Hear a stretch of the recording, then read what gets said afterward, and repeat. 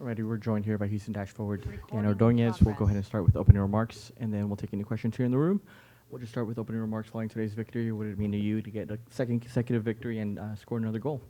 Yeah, I think the team has worked really hard in this time that, we've had a lot of people gone for the Olympics and with their national teams and stuff. So I think for us to be able to get back-to-back wins at home is something that we haven't done in a really long time. So just really proud of the team, kind of pulling together, learning new things during this time, and getting 2 good wins against a couple good teams. I'll sneak one in. You wore the captain's armband for tonight's match. What did that mean to you? How did you find out? And what kind of responsibility is that for you?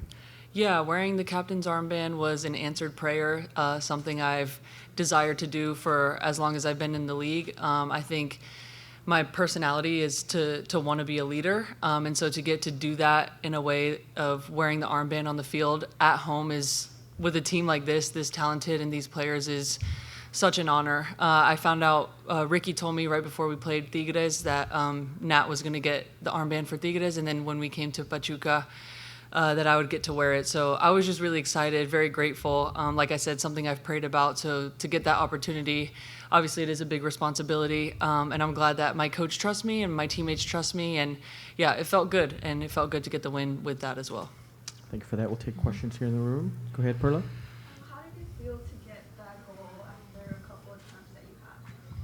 Yeah, scoring always feels good. I think our team, goals have been pretty few and far between for us this year. So anytime that you're scoring goals in games, even if they count towards the league or not, it feels good to get to do it at home.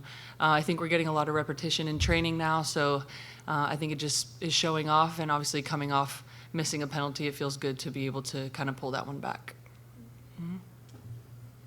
Yeah, congratulations on back-to-back wins, Thank you. back-to-back games where you scored. Just overall, what did you learn more about yourself in this tournament? Yeah, I think, playing against teams that you don't get to play against every week is fun, and it's a good challenge. It's a different style of soccer, and I think the team learned a lot about, ourselves. But for me personally, I think, scoring goals is hard, and so I just want to enjoy it. I think we're getting to a point where we're starting to create a lot more chances, so that feels good. We just need to put some more of them away. I saw on the board after the game that we got a lot more shots up than usual, but we should have had more goals as well. So I take responsibility for that. I'm a 9. That's my job. That's what I'm here to do. And I think the team also feels a big responsibility to put some more balls in the back of the net. But enjoying those moments, as they have been a little bit few and far between, but just making sure that we try to create more of that, especially here at home. The team's molded pretty well. Like you said, players' absence to being with the national team. What can this team be to finish the rest of the season? Yeah, this is a really talented team. I think obviously we're a little bit overlooked because of the results that we've had in the past. I don't think Houston has the best reputation in terms of, winning games at home and just having a strong team, but I don't want this team to be overlooked. I don't want this team to hang its head. I think we have so much talent across the board from the back to the front. As you saw, our number 2 keeper just came up huge. That game could have been tied within minutes. And I just think it goes to show that people are ready at any moment when their name is called, and we've had a lot of people come in and make a big impact. So yeah, I think going back into NWSL play, we have a lot to look forward to. We start against an incredible team in Orlando, so we're going to have to be prepared. But I think what the team has done in this time with a lot of our players gone has been really good, and I think we're growing and we're kind of gaining more of an identity than I think we had before. And we want to make teams adjust to what we're doing, not so much us have to adjust every time we play a new team. Lastly, 3 weeks until you play that Orlando Mm-hmm. match. How do you, take off, and how you mold with your teammates coming back?